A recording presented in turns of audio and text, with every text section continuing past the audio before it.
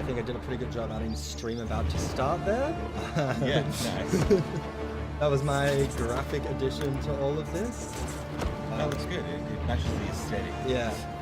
Alright, I went into the old fonts folder and made sure I got the Thrive font. Good move. But slightly different from the one above. Didn't do quite the level of shadow and glow and all the different stuff that did. Yeah. Yeah.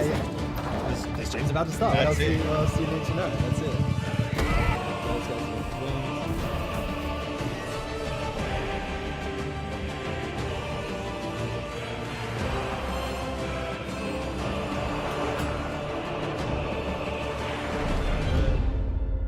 Yeah, hey, and then perfectly timed it. Oh, perfectly timed it. Hey everyone, how are we doing? My name is Alex. I am the social and community manager here at Playside, and one of the games I work on that I love dearly is of course Thrive. Heavy lies the crown. Hi everyone, I'm George. I am one of the producers here at Playside that's also been involved here with Thrive. So really excited to kind of give you guys a first look here at what we've been working and what Zoogloo, more importantly, have been working. Yeah, shout out Zoogloo, the developers of the game, who are incredible. They're absolutely the total sweethearts. But yeah, super excited to show this off. So this is going to be like a first proper preview of the game. George and I are going to play through the single player for about an hour, and we're going to show off different elements of the game. Not everything. We're going to like let you guys explore some of that stuff. So we'll touch a little bit on different like narrative elements or voice elements, kind of explain this and maybe give you a bit of insight. But we obviously want people to sort of dive in November 6th, 1 week away when the game drops and get to play the game. But without further ado, let us play the games for ourselves.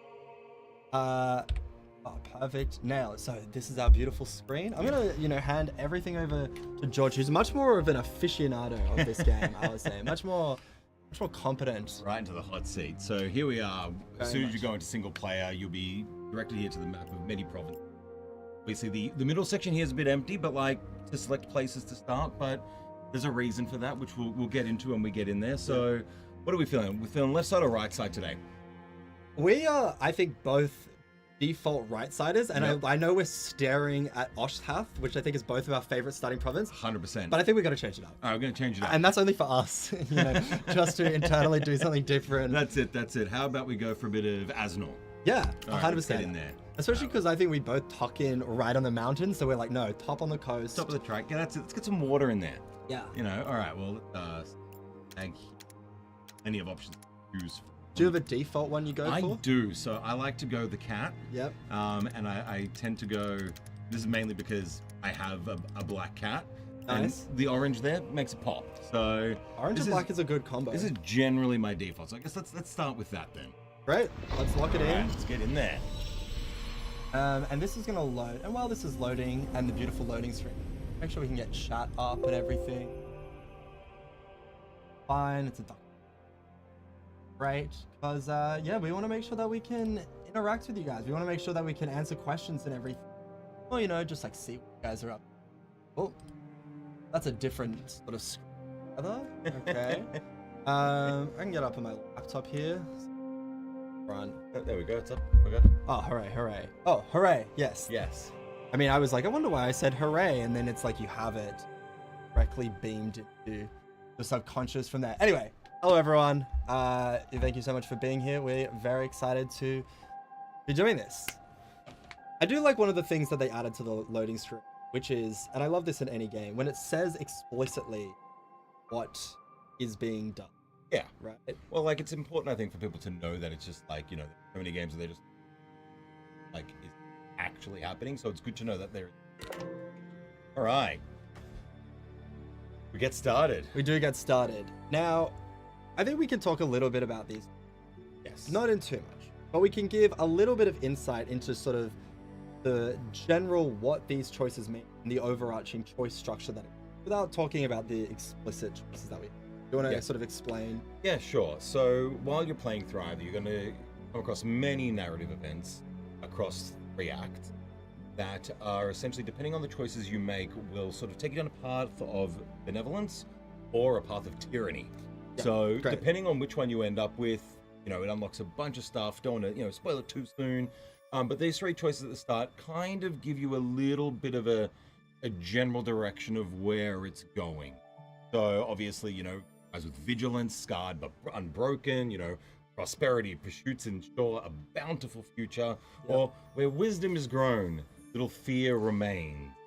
So you can kind of gather where things are leading in that regard.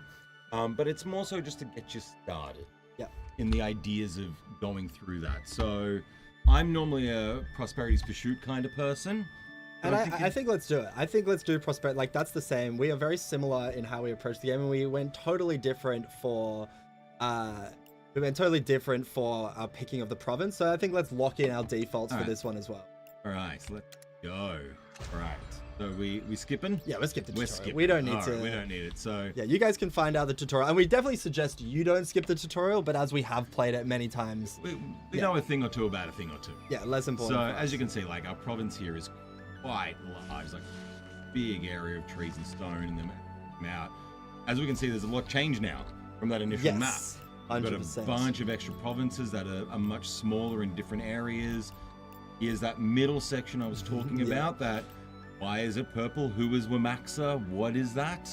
So, we'll let's explain in full for 20 minutes. No. With the deep dive. Yeah. And then obviously, you can eventually get to the right side of the map as well. So we'll just zoom back in here.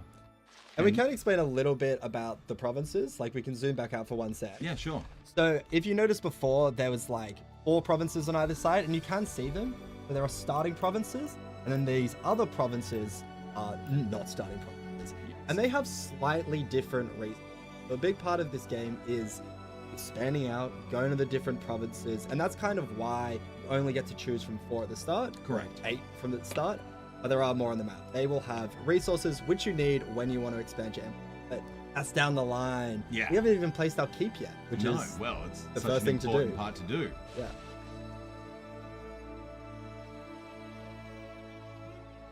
Oh my god, that's a hotkey I'm not aware of. Yeah. Okay. The tech. All right, so we press deploy. Let's get our keep. All right, so let's kind of put it more central. Get up here a bit. Our builders, should I say, will start getting it ready. Which during the stage, I tend to start doing a little bit of forward prep. So as we can see here, so we're placing a logger camp. We can actually start, getting our log and whatnot. As you can see, like, those little circles sort of don't tell you how much is in that area. So place those there, but yet, as you can see, no one's moving yet. No one's doing anything. We need all of your resources. On the ground? Well, I guess that's kind of what the stockpile is. Honestly, it's just kind of like a spot on the ground that people are like, yeah, put stuff here. Or dump it away. Dump it away so it doesn't rust. It'll be back. Yes. Now the good it thing will is be back. Even though we have no resources, the beauty is as well, like, stockpiles only cost gold. So you do get a small starting amount of gold there. As we can see, we've got 2. Times 2? Yeah, let's do times 2. Times 2. Let's crank it. Building away, getting it working. On here, you can see who are your builders on there, how quickly it's all getting up there. More important part, big area of influence.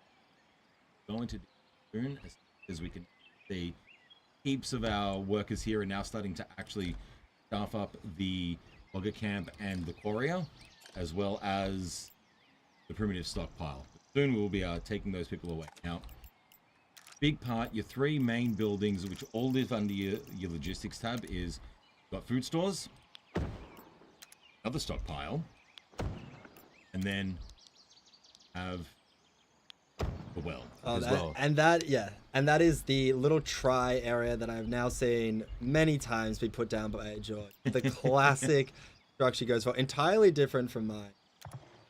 But yes, and one of the things that, like, you do learn is, like, those 3 things together, incredibly important. You start placing them a lot because, they're kind of necessary for, as we will see in a sec, houses, right? And a lot of things different, like most of the sort of what are they called? Resource production stuff, Yep. farms, things like that.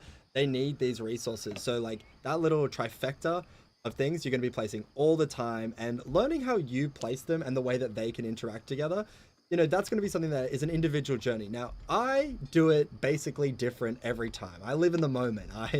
I'm crazy with it, but I do respect having very specific structures. And I think we're going to build some houses. And I think George is going to show you exactly the specific housing structure he likes to go with, which is I'm beautiful. actually going to mix it up. You're going to mix it up. I'm going to mix it up a little bit You're today. crazy. That's You're it. crazy. So, but first, before we do that, I'm actually going to unstaff, bit of tech. Oh my God. Unstaff the stockpile. So, because the staff and the stockpile, all they're really doing is sort of taking what's in your stockpile to where it needs to go. Yeah. Essentially, so this one here, all I need is for people to just take their stuff and dump it here. So that, as you can see, we've got our logging growing, we've got our rough stone. So this one here is stuffed here. So once I start placing some houses, start seeing how that works. Guys, running through. Now, I know it's going to start looking a little familiar, but with some slight changes. You're like, I'm changing it up, proceeds to do the exact same thing. But I do see that you've put a road in the middle. Okay. I'm taking some learnings from some recent playthroughs in a way to kind of help stay fire a little bit more. Right, so, and instead of doing them back to back, we're actually going to give some separation. Oh, that is different. That is something I never do. I always do mine back to back. So if it's something that I've learned, almost like the more roads you have and the more separation you have, the quicker it is for resources to get around the map. So definitely starting a bit of a new tech now to sort of see how this works for. So we'll go, 3 and 4. Yep. Down. I like so that. as you can see, so going back to that sort of what I refer to as the holy trinity of the stockpile, the food store, and the well, you can see this golden area here that becomes highlighted. So what that is that sort of that Venn diagram crossover of that golden spot for houses. What they do need is they need needs. They need needs. They have needs. So we've got stockpile, food stores, wells. We've got firewood is something they need as well. So we'll start getting some of those set up soon, and then eventually apples and some luxuries along. The idea is happy life. Everyone works together well and gets on with it all. But as soon as they get unhappy, well, hopefully we don't see that today. But when I make my province, we will 100% will. All right. That is beautiful. I'm loving this this structure. New layout? This new layout, That's it. Like I said, going for something. So let's get some wood choppers down.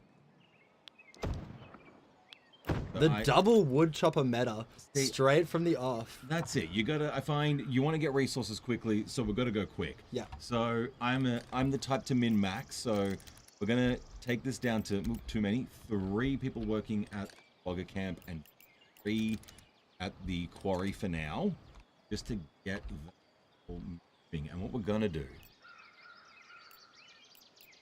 we're gonna start getting some advancements in our experience. Yeah, absolutely. And expertise. So big one that I like to go for first, wood chopper. So we want to increase the yield. Now it does use rough stone, but you get a lot of that early on. You're not using a heap of it. Yeah. It is important to always have, but getting that firewood going early is biggest thing I can do. Yeah, 100%. I mean, like you need wood more than you need stone. But I would say most of the game, really. So being able to sort of like get a lot more firewood, which uses wood, I mean, decreases the amount of wood that you use. And I think I was someone who took the other expert.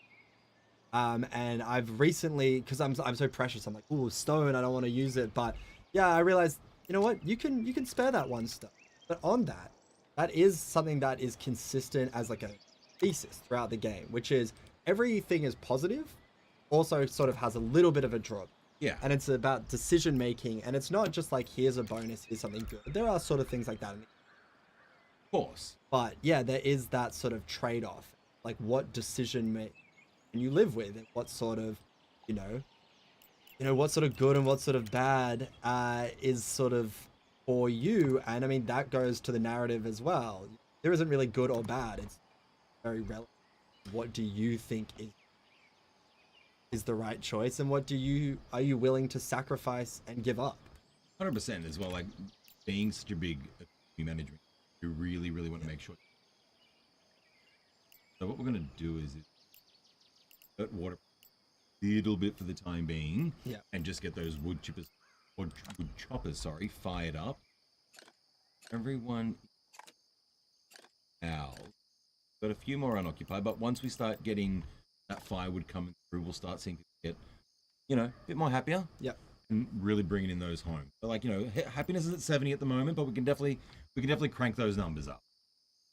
All right. I've also built a couple of apple orchards as well, just more so like in preparation for when this becomes available. We don't want to, you know, hurt ourselves too early on.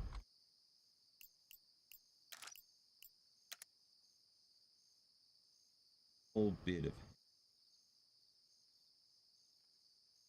You could do a long one. I could do a long one. Yeah. Or, now this is something I've always wanted to do. So Okay, great. Maybe today's the day to do it. Let's let it ride, yeah. All right, so I'm going to build a stockpile up here. Are you going to build a separate suburb up top? No, so what I'm actually going to do is I'm going to build like a bit of like a farm area. Whoa. So basically, it's just like only farm crops that are pertaining to the stockpile. So because this is the thing, as you can see, like, oh wow, if we have a closer look, so apples, as you can see, we get into that green circle there. So it has to be within a fruit. Yeah. Whereas all of a sudden we go into, whereas as you can see, the stockpile there has a white circle. So when I go hemp farm, you can see only the white circle. So that area of influence specifically only for stockpiles.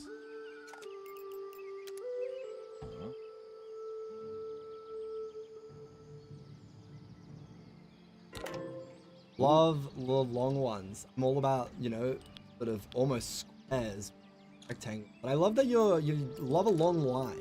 Yeah, like it's also like for me as well. Like I'm particular for a bit of symmetry. Yeah, got to make sure that they line nicely. Too big, so we just got that wood chopper bonus now. Yeah. So we'll start seeing our stone go down slightly a little bit, but this production is, as you can see, we're now getting 5 every. Which is great. So and that's what we're. If we look up top, we can see, you know, we've got 142 logs, we've got 184 stone, we have 1 firewood, right? Yeah. And that is the thing that is in need. So, you know, cranking that production, the important thing, will continue to be important. Yeah. Especially as we are starting to expand, and the way that you expand and increase your population is basically just build houses and have empty houses. Happiness is high enough in the general population, people will start to come, as we just see with what Albin Cabello just joined the kingdom. Yeah. So as you can see, like now that happiness is starting to kick in and we've got the fire with the houses, will start, those unoccupieds will start filling out. But we are going to, we need more people still. Like, as we can see here, we just got 4 more people. We're starting to get the apple orchards. We need to crank it a bit more. So quickest way to do that is let's just start building out some more. So, but like you also have to be a little careful, because if you go too fast, too quickly, well then you're playing the catch-up game. 100%. This game definitely lets you crank it super aggressively, and you know, it's not going to hold your hand and sort of like cap you and restrict you and sort of like only let you get to the size that you're ready for. It lets you go really aggressive, which is great once you know what you're doing and you're like, you know what, I'm gonna push it. I want to like massively increase my population. I'm gonna like let there be unhappiness. I'm gonna let there be, you know, the consequences for that. That's it. And then I'm gonna catch up to it. That's not what we suggest for first-time players at all. But I do like that it allows for like on those, you know, future playthroughs, you're like, hey, I don't need to be so conservative. And you know, we've just jumped up to 39 population from 24 in like exactly, like 2 as minutes. You can see, like I've only just built these houses and we've already got people occupying. So we're going to hold off a little bit before we push it right to that 40, just so I can get a few more apples in there, so when that does unlock, it will be a little bit easier for people. Yeah, but we can see the first grove is being farmed. Like if we zoom in, we could probably look at it. Yeah, the second one just popped as well. Yeah, everyone's farming away there. We've got people there. Well, there you go. We're producing apples. Once that bar hits full, 36. So yeah, that's solid. Times by 2. We're doing well. So Oh, now that we've got the first upgrade done, how about we go? Yeah, definitely. I mean, do we want to look at the well bonus? Is that what you were thinking? I'm thinking the well bonus because so you got 2 here. So we can either increase production, but we lose a bit of storage, or we decrease production by a bit, but we get a bigger area of effect circle. So, which then means we can build out houses a bit further out as well before we need our second well. Yeah, I go towards the other one. Okay. Almost by default, and one of the reasons is because if you have overlapping wells, they sort of take away from the Correct. other's productivity, and it's kind of easier just to put a well down than it is like there's no other way to increase production. Correct. So well, let's lock it in. That's why I always do that one. But you know, that's just personal preference. Situationally, you might want to, you know, if you're going for bigger suburbs or bigger little groupings, or you didn't want wells, you know, we're almost up to 50 people already. We're absolutely 48. crunking. Got a few unemployed people. We're gonna start here. So now we've got more buildings that have unlocked as well. So 3 more buildings. Fermenter here. Now you're gonna notice a bit of a trend. I will always place 2 of everything. Now you can always, the good thing is you can always jump in there and just pause them if you want to. So then that way nothing happens, becomes unemployed. Those people can do it if they want. Press start, people come back, firewood production goes back. So that's fine. So having multiples is never a bad thing, but it's always easy something down and really get that production move working. As you can see here, we're now unlocking these luxury. So I like to try and be on the front of things. And a lot of these things all interconnect. We can see here, it needs firewood, it needs water, it needs apples. So soon that'll get delivered to those 2 there. But, you know, without those things, it does become a bit harder. Those will come. The other thing we need is an...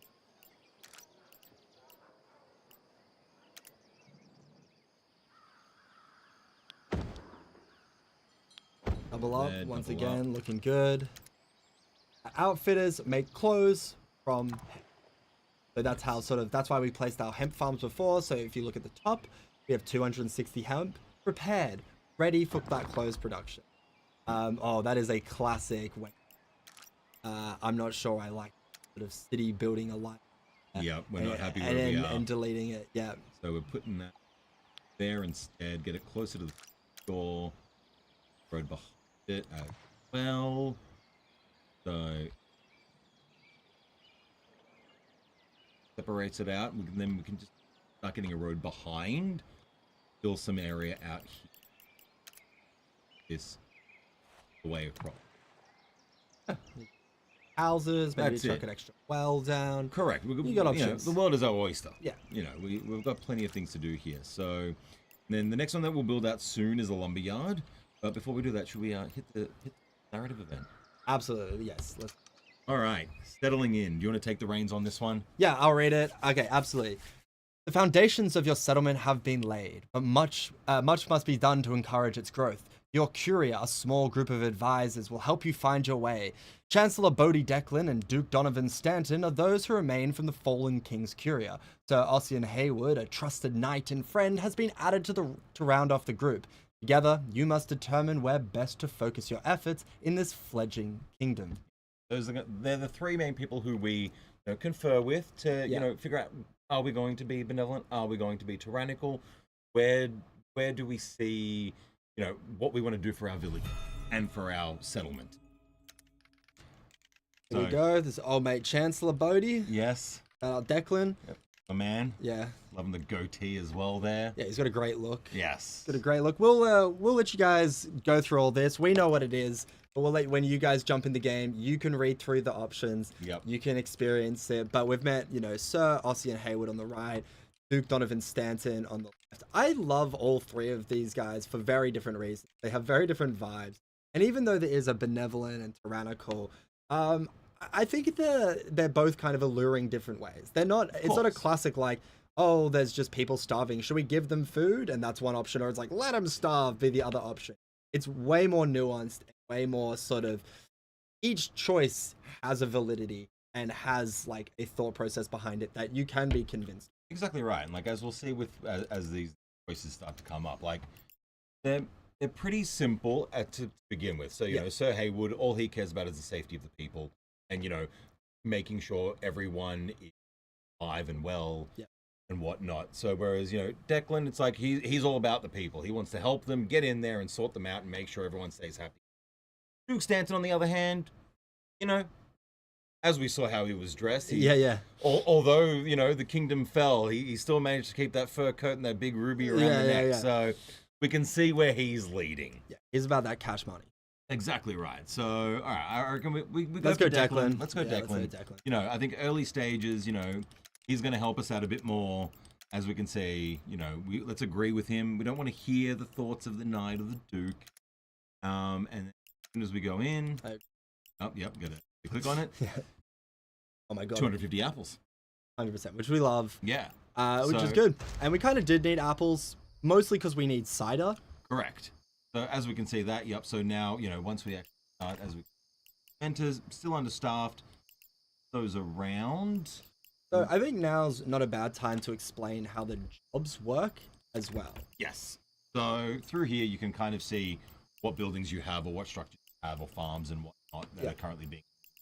If you've got multiples in there as well, you can open them up and see where the staff are and if you want to stuff, which is also useful. But the idea here is depending on the order of it's almost like a priority system. Yep. So realistically, if we want to make sure that Fermenter is getting everything it needs first, we're going to scoot that up there, instantly see that it's going to lessen all the staff here, or the employed people, and max that out, choosing that if that's what we want to do. Always knock those need to. But it means that the prioritization there go to the Fermenter as well to get that sort of flow going, as opposed to, say, the outfitter. It's like they'll get all of this sorted first, then we'll start getting the outfitter out. So at the moment, although we've got a little bit of hemp coming through, we are sort of, needing, I think, the Fermenter cranking a bit earlier, because we've only hemp. We need, what is it? It's 12 hemp per, so got to crank that a bit. So, but I think the better way to crank that one there is actually these two around. I mean, realistically, we could just build more houses. Correct. And new people will come in and it'll fill those slots. Exactly right. But at the same time, we can also go min-max and move people around. Put a few people in there. The hemp farmers have a few less people now. As we can see, like every time that bar finishes, we're getting 67 hemp. It's going to take a little bit less time now. So a little bit more time, sorry, it's a bit slower. But, we'll get there. May as well, for the sake of... Fortunately, not enough coverage there. That house there will not actually hit the well. Yeah. But it's also, so we don't want to pop that down yet. Alex, check your DMs. Hello. I need this game now. Yes, absolutely. I mean, it is only 1 week away, which is very, very good. Very, very close.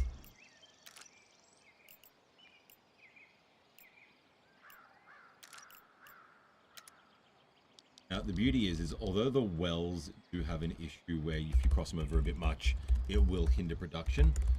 Thankfully, with food stores, not the case. Sorry, what did you say? So where we have the wells, if we cross over, we'll find that we have less production happening. Yep. Thankful thing with the fruit stores and same with the stockpiles, won't be an issue if they cross over on their area. Yes. So definitely don't mind about how many you're dropping those down. Is that going to cause an issue? No, just go for gold on that one. So then now let's have a quick quiz. We can also answer this question from Who to Who. How many people will there be in PvP co-op? So PvP and co-op. So you can have up to 4 players initially. May or may not change down the track. Who knows? Yeah. But yeah, so 4 players. You can either play, complete PvP. You can actually kind of do co-op PvP as well if you want, depending. So if you go 4 separate people, you can have 4 different provinces. Yep. Or you can have 2 people per team and have 4 people that way. So that way is then they'll be cooperative there. Or 3 against 1. You go crazy. You can go 4-player co-op and just have 4 people controlling the one. And the way it will work with co-op is you'll all control the same province. Yeah. So you definitely, that level of managing resources explodes, essentially fourfold because you've got people building things and laying things out. So although you'll be able to work quicker, not necessarily going to be an easier way of playing. Well, one thing that we can start to investigate in relationship, you might be going like, oh, 4 people playing the same kingdom or the same nation, am I really going to be doing a lot? And the answer is absolutely yes, because we can start investigating a trader's hut in a little bit, and trader's huts will let you start to expand to other provinces. And this is like the key fundamental thing in the game. There's a lot of reasons for this, but this is what I think makes co-op so interesting, is that you can start and everybody will be on the same province, but then you can start to like delineate like who gets which province and like who is responsible for which area. And that's what we're going to do here in our single player game. I think probably in about 10 minutes or so we will expand to the second province, and I'll take control of that. I'll take over that. But I think that's why co-op does work so effectively, because there is quite a lot to manage, and you certainly can do it by yourself and in single player and everything like that. But it's also a game where it's like you really can work collaboratively with people, and you get a province and you manage that, and it's like, oh, I was given a province that, say, a little bit of spoilers when we might get there, I have fish. I'm the person that controls the fish for the empire. And then you might be the person that is like giving out the trade routes for that. Oh, I have the iron and the fish, and you are the person that controls that. Someone else, they might have a different resource, might have, say, the apples. And every province needs apples, but not every province has them available. So, that's kind of how co-op can really, really be effective. And it's, a situation where you really can feel like you're in control, and that you do have a lot of autonomy when it comes to what you get to do. Yeah, 100%. Technical. I put so many hours into your demo. Is the UI improved to see the rates of what you are getting, such as production and consumption rates? The demo did not have that. So yes, actually. So if we actually go here, you can actually see when you hover over, you can see that, firewood is consumed twice a day. Same with apples. And in through here as well, you'll see what the production is on buildings. If we go. You can also see your... Not a tab I go into a lot. No, definitely not. But you can see through here what your rates are that you're going at and how your production is going. So change to this tab there. You can sort of see by hour what you're actually pulling in. So we can go by day as well, so we can see what those rates are. So if you really, really want to delve into the min-maxing of it all, you can definitely do that. You can very much just vibe it, like that's, I guess, what we both do. It's like you can kind of tell generally how much they need, and when you play it, you'll get a good feel of I probably need this many farms, I probably need this many outfitters or fermenters, and you can just sense that. But it's also really useful to just have that more specific information in a sort of numerical fashion, and that's why having a statistics tab is so useful, just so you can see it and be like, oh, okay, it's 200, rather than, I think 3 will do, which is a very different type of way. 100%. But, that's the nature of games like this, where, they kind of can accommodate different play styles. And I think, this game is something that you can lead in and get very mathematical with it, and you can really start to do a lot of that sort of empire economic min-maxing. You can also play much more casually, have fun with it, enjoy it, and, you'll have a great time as well, and you can succeed at a very high level as well. You don't need to do that of math. It's not required. But it is available. 100%. The other thing as well, something that I tend to use as my initial gauge is happiness. If your happiness value is high, which as you can see, oh no! See, oh no! Look at how quickly that drops. So, but it's also because we have a lot of unhappy people here because they're not getting this stuff yet. Now, eventually, once the stockpile goes, all right, we now know that these people need these things, they'll start delivering those out. As you can see, it's already happening. They're climbing back up slowly. Houses are already getting happier. They're getting, they've got firewood. They'll get apples soon, and that's why it is important to make sure things like your stockpiles as well as your food stores, having multiples of them, because then it means that these 3 people here are covering more areas. You're talking about fix line. All good. So that's something as well that will also help you there. But it's an easy way of getting that gauge. I'll sort of get a few more people running. Get this the well-oiled machine of these farmers happy as anything. See. Yes, sorry. Thank you. Thank you for letting us know. Playing under Kyoto. That is my bad. I thought I changed that before. Evidently, I did not. That is fixed. Thank you so much. Yeah, I like apples too. I like that apples is like kind of the default food course. It's a good one, you know. And the orchards are pretty. They look very beautiful, very nice. Do we want to talk a little bit? Do we want to give a little bit of information about how those exist? Too much. I feel like we should wait till we get closer to that point. But like, yes, they're there. There are fighting pits, to answer your question. Yes, they are fighting pits, but we'll, you know, let you guys know. But not necessarily. Like, it depends on where you end up as well. Yes. So, you know, I think it's one of those things that, you know, let's see if we hit the benevolent or the tyrannical mark. Which we will certainly not within the next 25 minutes. No, definitely not. But what we have hit is we've definitely got a lot of people unemployed, which is fine. It's a large number, but we can deal with that later. Everything's running. I'm just going to build a couple more farm plots out, and then guess what? It'll be your turn to take over and start getting that second province set up. Which is very exciting. Yes. I mean, and this is something that you'll like kind of want to do is you're going to want to set up your first city and then kind of make sure it's like running and it's being, you know, perfectly effective and everything like that and self-sufficient because, you know, as we saw when those, you know, angry, unhappy faces popped up just, you know, a minute ago, things can turn and, you know, things can go poorly. And if they're going poorly, you know, you really want to be like micromanaging it. So when you start to engage in your like second province, you start to like move into, you know, new area.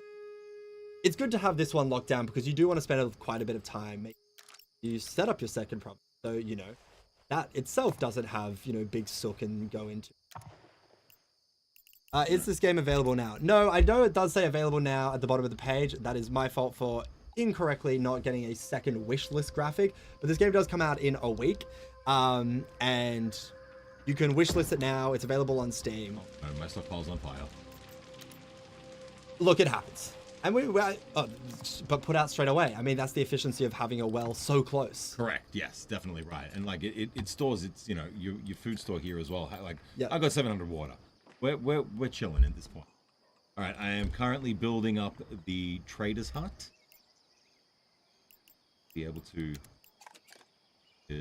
We can drag our caravan, which in the distant past is, you know, being just put onto the side of the map, but now we get to bring it up. Oh my god, another stockpile's on fire. Yeah, that one's doomed. That one is very doomed. I don't see anyone sprinting over with a bucket. No, unfortunately not. But we can well, at least we can show off what happens when a place burns down. Yeah. So all right, well, I will let you take the reins for this one. Exactly where that needs to go. Great. So what we're gonna do is we're gonna move that inside the trader's hut. Side there. Oh yeah. Sorry, that's outfitter. What a fool I am. Great. And what we're gonna do, and this is how you start to move into a second province. So the first thing you want to do is you're gonna load up the caravan automatically. So you're gonna need 50 stone, logs, and 20 farmers, which at this point you should have. So you're gonna see this population drop, and now we are ready. So we can release the caravan. Boom. Out it goes. And this is when we zoom out on our map and we're gonna look at a second province. So we have a couple of options. I would say we have 4 options really. Actually, this is a very good spot. It is. So it kind of comes down to, it's like you've got 2 options there that will kind of give you resources that you need to progress. Yeah. Or you could go for, say, something like, you know, Draenor there, which is basically identical to your starting location. So you could almost build up 2 different starting locations, which, like, to say something like co-op would definitely be pretty handy. Then you can like manage your own engine there and kind of build out those economies. But like, you know, I think wheat is something we want to get. Wheat is something we want to get, right? So, you know, we kind of can look up here and there's sand and fish in these. Both of those are useful, but they're probably a good third province item. This province, as when you look at its resources, it also has apples. It also can produce hemp. And that is really useful as far as like being able to keep it self-sufficient without needing to do trade routes. We'll send it over to this one as well. And like the bonus of that one there as well, like you've also got fish there as well. So like Yes. realistically, you can start then building up your, I guess, your fishmongering empire Yep. before going to like a dedicated, area for that. 100%, yes. So it also has fish and then wheat, which are two resources we currently don't have access to, and we're gonna want access. Wheat, 100% more than fish, I would say. And we'll talk a little bit about why that is when we get to that. But, basically I just right-clicked on the map. The caravan is making its way over, and if we go on the map, we can sort of track it, and as it moves into sort of the fog of war, it's gonna start to unlock. Here we go on the path. And unfortunately, you don't have bridges there, so I reckon just click anywhere in that area. Oh yeah, true. But we can... it'll go around to the other side, but then gotta wait. Yeah, true. No, we'll get there. We'll get there. We can put it on this side, and this can maybe be the farmer's side. I don't want to say too much. Yeah. But the other side could maybe house a slightly different type of population. That's exactly right. So we're gonna deploy, and we got a trader's hut. You only have one keep in the game, but the second we place this, boop, the entire map. Yes. Is great. So what we're gonna want to do is the same sort of thing that we did last time. Get this. We can do that. I usually start with rope. That's how I get down, honestly. Okay. That's my sort of thing. And then we're going to put caravan. There we go. Okay, caravan, and we're going to put it in there. And the reason it can go into Trader's Hut now is because in the future, it will be used for trade, which is going to be great. It's probably not something we're going to do immediately. Something you can do is you can set up trade from your main province to this province to give it a bunch of starting bonus rates. And you know what? Let's do that, because as we're talking about it, so we can go up to trade routes. We're going to create a trade route, right? We're going to pick Asnor, our main province, second province, and we're going to send not too much because you don't want to be a detriment to it as well, yes, right? Like then you end up with unhappy people on both sides. Yes, absolutely. So, and trade routes will just go back and forth, back and forth. Like these will just be permanent trade routes. They're not one-time thing. These trade routes are also... Hey, Megan, what's going on? Hey, hello. And everyone want to say hello to Megan. What's up? Oh, do we? Yeah, wish list now. It's in your Slack. Oh, it's in my Slack? Perfect. Great. Thank you so much. Well, let's do that. Yeah, thank you. I mean, available now, bit of a taunt. There's a lot of things to prepare. Great. And we're going to get a little bit of the behind the scenes, but you guys can look at this. You know what? We'll go back to the other, while I do this, go back to this one over here, and you guys can just sort of watch it progress. The joys of it, the real time. Just the numbers ticking up. You got all of that stuff. You guys are just seeing games.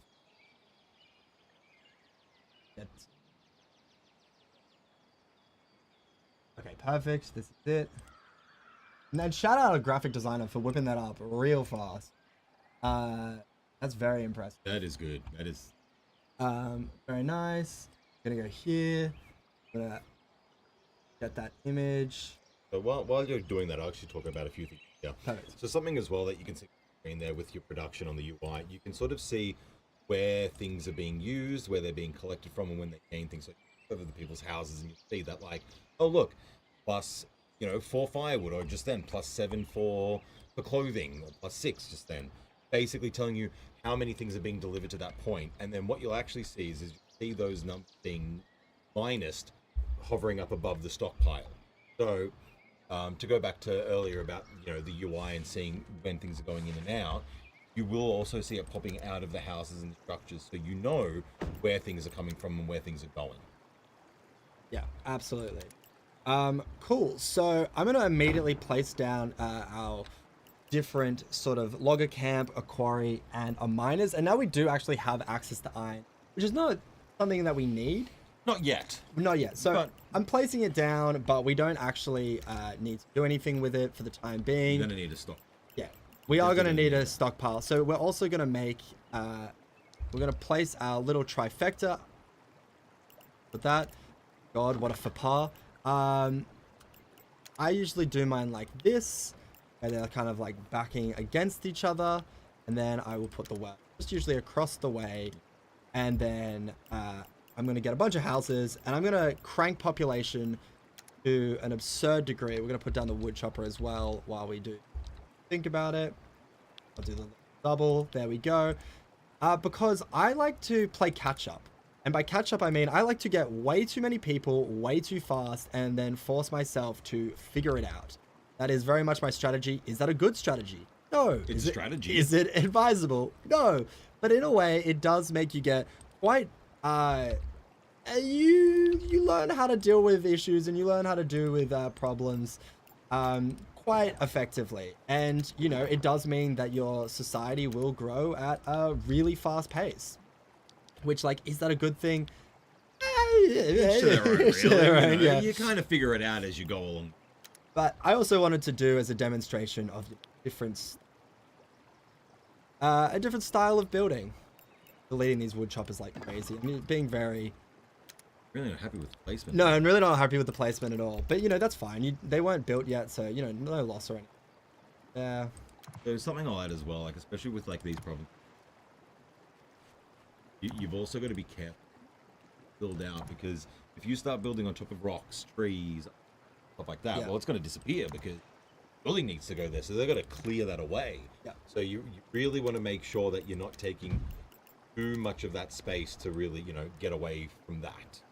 100%. 100%. So we can go back to the trade route, and what I've done is I've done 20 cider, 20 firewood, because those are things that are going to be really important for these houses. If we go here, firewood, apples is the thing we need as well. I can make a farm, you know, but cider is going to be something that takes a little bit more time to get up, and we kind of do have good cider production. Our old place, so, you know, farm there. And that's kind of the thinking there. I am in a second also going to add, going back the other way, iron, because iron is going to be the resource that this our main province needs, and this province not going to need it for a long time. We are going to be getting iron up, you know, not necessarily super massive priority, so we can kind of... I'm going to put well up there. That's probably a good balance. I reckon, in all honesty, look at your logger and your quarry and maybe take a few people out of that early stage. I agree. Just to kind of get those other things. Go down to 3 for each. 3 for each. I kind of don't mind getting a little bit of production going. We'll have 2, just so that iron can kind of get filled. And also, we do want to be transferring iron back to the other place because, although traders' routes, and do correct me if I'm wrong, but I do believe this is the case, traders' routes will just take whatever of the resources that are available. Correct. They're not gonna like wait. So if you just like say have sent like 50 back and you're just sitting at 48, the game doesn't just freeze. The entire trade route doesn't just break down. It'll take what it can and then it will just fill that need. Exactly. We do need apples. You know, apples is not a bad thing to add. Get a little bit more. I'm not gonna grade too much, but we can get a little bit going. 21, perfect. So what you'll also Just have to add your caravan to the trade routes. Yep. So just click on that there, and then you can accept, and there we go. It's on its way. Yep. Now, what's Instantly actually launched off. really cool though, so because you've got this province here, so just kind of go down over the water. Now it's like, oh well, what are you going to do to get to the other side? You're going to go all the way around? No. No. I don't have time for that. No. I'm gonna build a bridge. I'm gonna start it from way back. You can't start from that. Let's see what happens. Nothing. Okay, great. Yeah. I'm gonna bring it way in to about there. From there. There we you go. go. Perfect. Bridge is in. Great. And you know what? Because we have done it, let's just build a second society right over here. Let's get right into it. I think let's occupy. Close to them. Okay, great. No problem.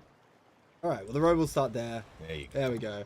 And I'm going to eliminate some of these trees, so it goes. And as you can see, like, you got heaps of trees on this side. Yeah. So, for example, like, you might, when you drop your stockpile over here, you might then decide to drop your logger camp on this side because you got, I don't know, like... I think that's exactly what I will do. Depends on your vibe, really. I think that is the vibe. I think that is 100% the play. Let's drop this stuff here. Let's do my little standard I like your back to back there. Yeah, You know, it's facing one direction for one, the other for the other. yeah, and that way you can have like a road that goes on the. Otherwise, it can be a bit awkward placing, but I mean, make it nice and crispy and clean. And we're gonna start with this, and I am gonna move this. Having a little sook. What do you guys need? Oh, you need all the basics. Oh, You need a got a well. well. Oh, that's really embarrassing. That's you're gonna get a pretty big crossover there. Probably eke it across a little bit more and have less of a cross. Yeah, that's true. We'll do that. Yeah, that's good. And I won't be all road. That well can just be separate. It's an aesthetic choice that I've decided. We'll remove this camp and we'll get down here. Great. So I think this side, I'm going to go less. I'm going to kind of do a little bit of what you did, which I think is going to be mainly focusing on farms. I'll have some houses, but I think down here could be, you know, a couple good farms, although there are quite a lot of trees. So maybe my farm area is up here. Yeah. And I just commit to that. Yeah, you know what? I'm going to totally not do the thing I just said. I'm going to build more of those. And then we're going to get... we're going to need to start building... So that is the thing that... You know, instead of this second apple farm, we don't need it. The thing we do need is wheat. And we're going to want to start sending wheat back to our other province. So let's get that absolutely starting to get cranked. That up there. There we go. I'm definitely gonna need that. Yes. So And, you know, we can change, instead of sending apples to this province, eventually, you know, we will be fine on apples. And we can send the wheat back and forth instead. Maybe we don't need cider. We can get our own cider production. You know, that initial trade route was just to, you know, help us get on our feet. get stabilization happening. Yeah. What was that? Oh, everything's going fine. Everything's fine. yeah, everything's totally chill. Great. So, you know, this is getting set up. I'm going to build a couple more houses. Just down here, nothing crazy, but this is more just future proofing. You know, we do have a couple more things that we're going to create. Specifically, we are now going to create fermenters. Double ferment here, nowhere near the apple orchards. That's perfect. That makes a lot of sense. And then we are going to build the outfitters there, and we'll get 2. And then choppers being built. And I'm gonna check here. Bit of low wood production. yeah, I think, yeah, there's definitely something we can crank up. Let's go over here. Yeah, no one working there. Right. Oh, I know what happens. It's because you when I moved it, moved yeah. it. And we do want 6 people because we do want... You need that wood. We need that wood. I And... reckon even maybe look at your stockpile as well, because like obviously having people in the stockpile means you'll actually get things moving around. So you might need to Let's get 1 in each. And it's okay, like, so this should now, more or less, I would say, be set up to grow. The happiness should fix. Yes. And we can go back to our first city and just, like, let this do its thing. We do have the trade route.